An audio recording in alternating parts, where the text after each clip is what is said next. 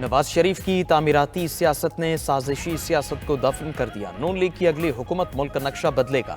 وزیر اعظم شہباز شریف کے تقریب سے خطاب کہا، نواز شریف کا سب سے بڑا کارنامہ ملک کو ایٹمی طاقت بنانا ہے۔ ایٹمی طاقت کی بدولت مارکہ حق میں تاریخی فتح ملی۔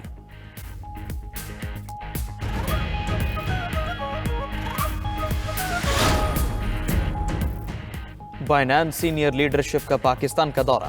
وزیر اعظم شہباز شریف فیلڈ مارشل سید عاصم منیر کی اجلاس میں شرکت۔ حکومت کا ڈیجیٹل اثاثہ جات کے ضابطوں کے لیے مضبوط عزم کا اعادہ۔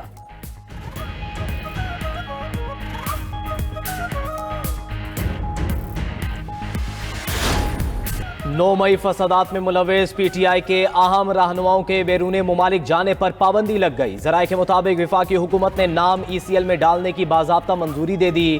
بانی پی ٹی آئی شاہ محمود قریشی، عمر ایوب، فواد چودھری، شبلی فراز کے نام شامل۔ علی مین گنڈاپور، شہریار افریدی، عثمان ڈار، شیری مزاری، زرتاج گل، مسرت جمشید چیمہ اور کنول جوزف بھی شامل۔ شیخ رشید، شیخ راشد، میجر ریٹائرڈ طارق صادق، راجہ بشارت، واسع قیوم سمیت دیگر شخصیات پر بھی پابندی۔ محکمہ داخلہ پنجاب نے فہرست بھیجتے ہوئے وفاقی حکومت کو پابندی کی سفارش کی۔ ای سی ایل کمیٹی نے سفارشات وفاقی حکومت کو منظوری کے لیے بھجوائی تھیں۔ وزیر اعلیٰ پنجاب مریم نواز کی پی ٹی آئی قیادت پر کڑی تنقید، بولی ہری پور میں نون لیگ کی جیت کے پیچھے نااہلی کی داستان ہے۔ خیبر پختونخوا میں 12 سال سے پی ٹی آئی کی حکومت ہے، کوئی ترقیاتی کام نظر نہیں آیا۔ کے پی کا پچھلا وزیر اعلیٰ پنجاب میں حملہ آور ہوتا تھا، نیا وزیر اعلیٰ اڈیالہ جیل کے باہر بیٹھا رہتا ہے۔ 4 سال حکومت کرنے والے آخر میں شادیانے بجا رہے تھے کہ ملک آج ڈیفالٹ ہوگا، کل ہوگا۔ اس سے بڑی نااہلی کیا ہوگی؟ مریم نواز نے مزید کہا، گوجرانوالا اور فیصل آباد میں میٹرو کا کام شروع کیا جا رہا ہے۔ پورے پنجاب میں سی سی ٹی وی مانیٹرنگ جاری ہے۔ پنجاب کو محفوظ بنا دیا، جرائم میں 80% کمی آ چکی۔ جلد پنجاب کو ڈرگ فری صوبہ بنائیں گے۔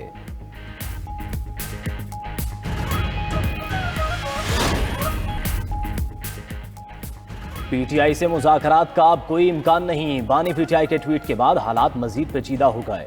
مشیر وزیر اعظم رانا ثناءاللہ نے میڈیا سے گفتگو کرتے ہوئے کہا کہ وزیر اعظم نے پی ٹی آئی کو ایوان میں مذاکرات کی پیشکش کی تھی۔ وزیر اعظم کی پیشکش کو میں واپس تو نہیں لے سکتا اور نہ ہی انہوں نے واپس لیا۔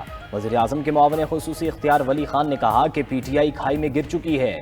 پی ٹی آئی کی اگلی خواہش خیبر پختونخوا میں گورنر راج کا نفاذ ہے۔ پاکستان اور بانی پی ٹی آئی میں کسی ایک کا انتخاب کا وقت آ گیا ہے۔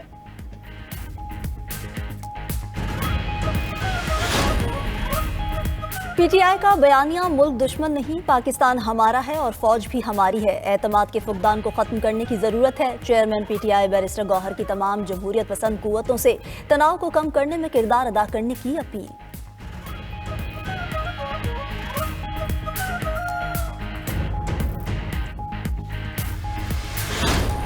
وزیر داخلہ محسن نقوی سے قائم مقام امریکی سفیر نیٹلی بیکر کی ملاقات۔ انسداد منشیات اور سیکیورٹی کے شعبے میں 2 طرفہ تعاون بڑھانے پر تبادلہ خیال۔ غیر قانونی امیگریشن کی روک تھام کے لیے مشترکہ اقدامات اٹھانے پر بات چیت۔ ملاقات میں منشیات کی روک تھام اور انٹیلیجنس شیئرنگ کے لیے تعاون بڑھانے پر اتفاق۔ محسن نقوی نے کہا کہ غیر قانونی امیگریشن کے حوالے سے ہماری واضح پالیسی ہے۔ ملک کے تمام ایئرپورٹس پر جدید ترین سکیننگ مشینیں نصب کی جا رہی ہیں۔ امریکی سفیر کی انسداد منشیات اور غیر قانونی امیگریشن کی روک تھام کے لیے ہر ممکن ٹیکنیکل معاونت کی پیشکش۔